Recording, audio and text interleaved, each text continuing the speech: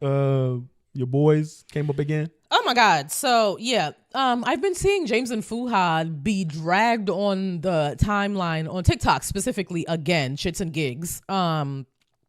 Because and Poor Minds.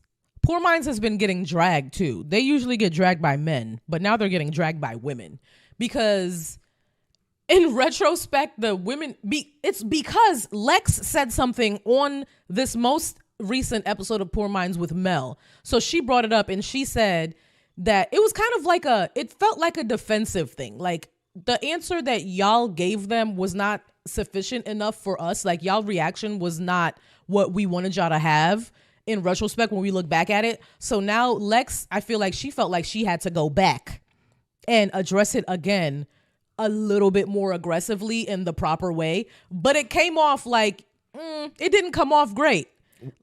Can I Go ahead. What do you mean the proper way? Because like even on their show, they had a discussion on baddies in the city. Mm-hmm. They didn't say anybody was ugly. They said they didn't see any baddies. So I mean, like, what was the thing that she felt up in arms about? Who? Lex. So initially when they said that they didn't see any baddies in Atlanta, it was just weird because have you been to Atlanta? There are bad bitches. There's beautiful black women all over the goddamn place. You don't really have to look far, especially if you're in the city of Atlanta. If you in the house, of course not. But they could have said like, we didn't really go around that much to see anybody. Or beauty's in the eye of the beholder. Yeah, but they also said that they were baddies in like Ohio or something like that. Like the state that they brought up was like a little bit okay, but the reason why I say that is we know y'all don't like black women. You know what I'm saying? We know what that could be coded for, but do you think they know that? Like, do you think they know that Ohio saying that is going to come off like I'm trying to communicate white women to you?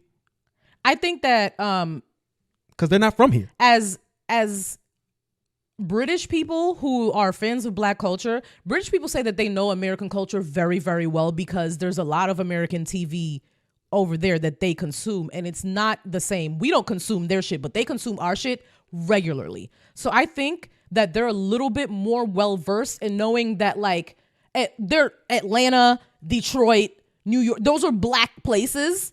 And then there are places who you don't hear about black people at all. Ohio being one of those places. I mean, but if you think of Dave Chappelle, he's the only nigga in Ohio. LeBron was for a while. That's the thing where I'm saying is like, I can see two bad black women think they're baddies in Ohio, come on a show. Someone says, did you see any baddies in Atlanta? Nah, but when I was in Ohio, there was some bad ones up there. And now you've communicated like I'm saying I like white women when no, I saw just two bad black women.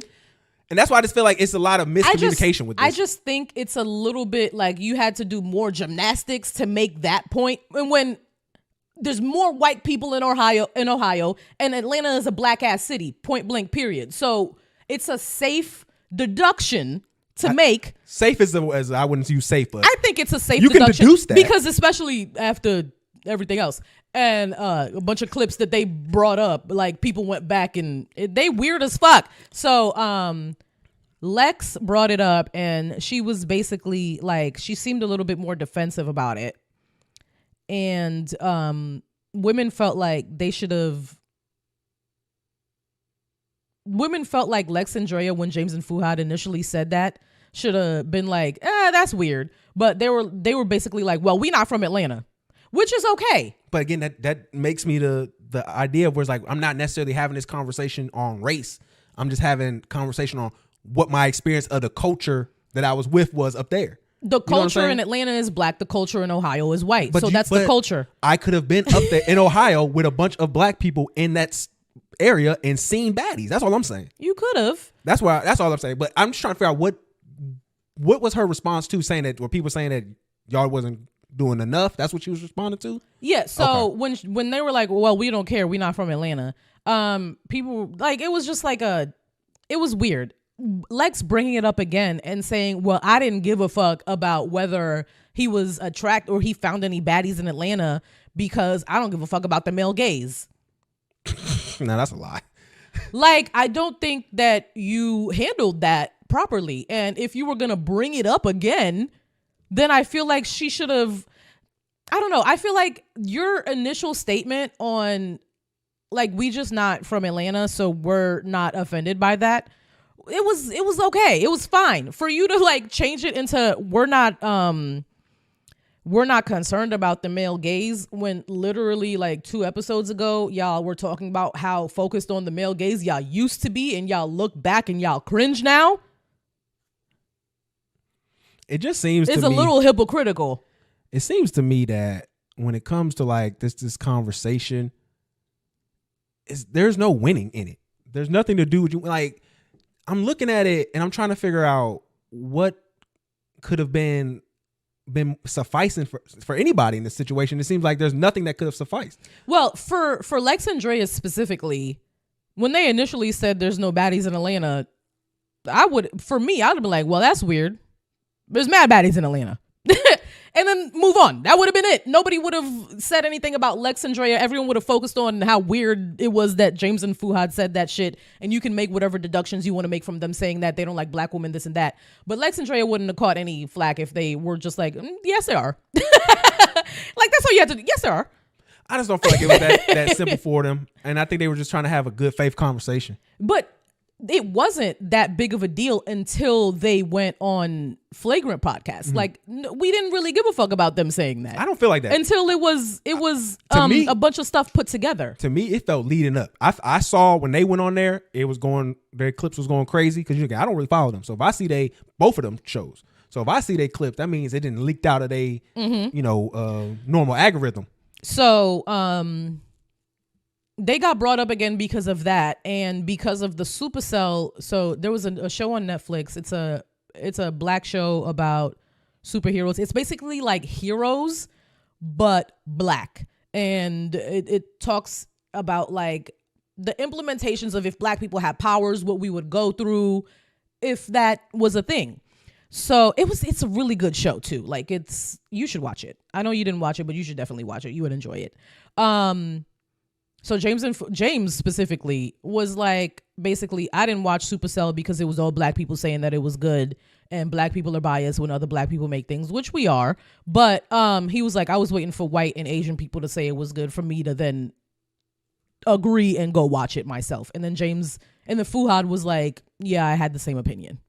They wanted to wait for the they wanted to wait for and then the Supercell, the creator of the show, went on a podcast and was like, yeah, that was my first. Like, that was the first time that I saw these niggas, and I immediately thought that they were some weird ass niggas because you wanted to wait for white people to say something was good for you to consume it.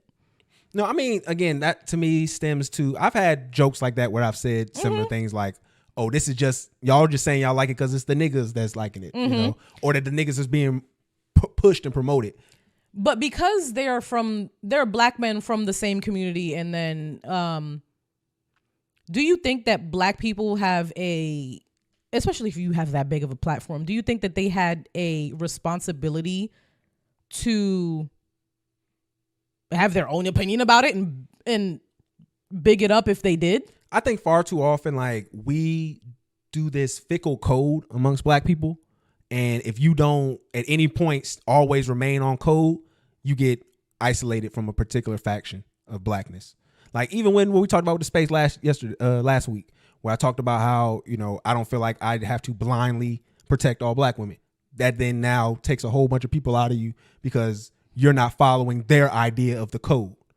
And there is no like in stone black code. There isn't. It's just fickle wherever you go and who's enforcing what at what time.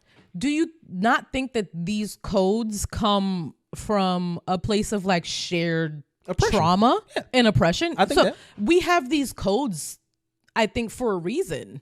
But I think they also need to evolve with time and things of that nature. How do you think that like this specific code should evolve in media when black people are critiquing black art? You should take them for their face value, what they're saying, and also understand what do they have to get from it. Because like a lot of these times they be friends. Remember that episode of what's his name, Kenya Barris show that he did, and he had that one scene where he talked all the black creators on like a live or a Zoom or some shit like that. So I mean, we need to know where you're coming from in your criticism, but I don't think you shouldn't be able to be critical. I think you should be able to, like, I hate what's her name, Issa Rae, when she does I'm just here to support everyone black, because when you go with that wide umbrella for something so trivial like art like this, you don't know what their art says, what their art is about. What if their art says negative shit about black people? You gonna be for them then too? I think she says that because there's not a lot of black art to support. So we feel like we need to support it so that there can be more projects that are led by black people. But I would argue that, whereas just because it's led by a black person, that means it's inherently for black people. It definitely isn't. So that's why Kenya Barris is my mortal enemy. Why do you think you and I go on this show all the time? We talk about Tyler Perry, Kenya Barris. We say critical of it because we know that if we let you niggas who done got the white man continue to push the idea of blackness, it's going to be far from the hands of real black people. I think the way we critique things is a good way because we hold black people accountable. But going back to James and Fuja waiting on white opinions to critique black art, is that not weird? Is that not a little? It's a little like odd to me. Why are you waiting on the stamp of approval from, they said, outside of the culture? Because to then consume something that's for your culture. See, well, that's the question thing. We can't necessarily, because they're black, put them in for their culture because we don't know what they're into. The Supercell? No, I'm talking about James and Fuja. No, I'm saying exactly that you're critiquing something that is for your culture. Supercell is for the culture. Well, that's what I'm saying. We can't, you said we don't know exactly who these guys are. We don't know if that's how the culture they grew up in. They could have gravitated to it once they started doing this podcast. Supercell or James and Fuja. Yeah, James and Fuja could have. Okay. They could have, as they grew up and matured and been on a show, been pushed over to this because they're black. How many times have we heard people be like, oh, I don't want to be known as a black artist? Because for whatever reason, they may have grown up around an environment that didn't push blackness. But then as they got moved up and got pushed up, the people in the circles, all that gravity pushed you into each other because you are a person who performs or looks this certain way. So that's what I mean like that. Just because that's what, don't put the culture on them. We don't know what their culture is. James and Fuja. Yeah. The way they were speaking about it, they seemed like they're part of it. And then from my understanding of their history, because I used to watch their show regularly, like they did grow up in black culture and and like African and whatever different things they are. But they're black men who grew up in UK black culture, which is a completely different culture than African American culture. But also, the show that they're critiquing comes from their culture. He is from South London. He is black. Was it a Netflix UK original? Yes, or was it was Netflix UK. Okay, they made it over there. They approved it. The owner of because I watched a couple interviews from the creator of Supercell. He's a young black man. I very much enjoy the way his brain works and the way he story tells. The show was amazing, so I wanted to watch. Every time I saw him, I clicked on the interview. He grew up in South London. Like, he's a black man who identifies as black, and he made this for black people in the UK because he was like, he grew up and all of the stuff that he saw with black people in it was American. So he wanted to make something for people in the UK. And then it just so happened to get super fucking popular over here because it's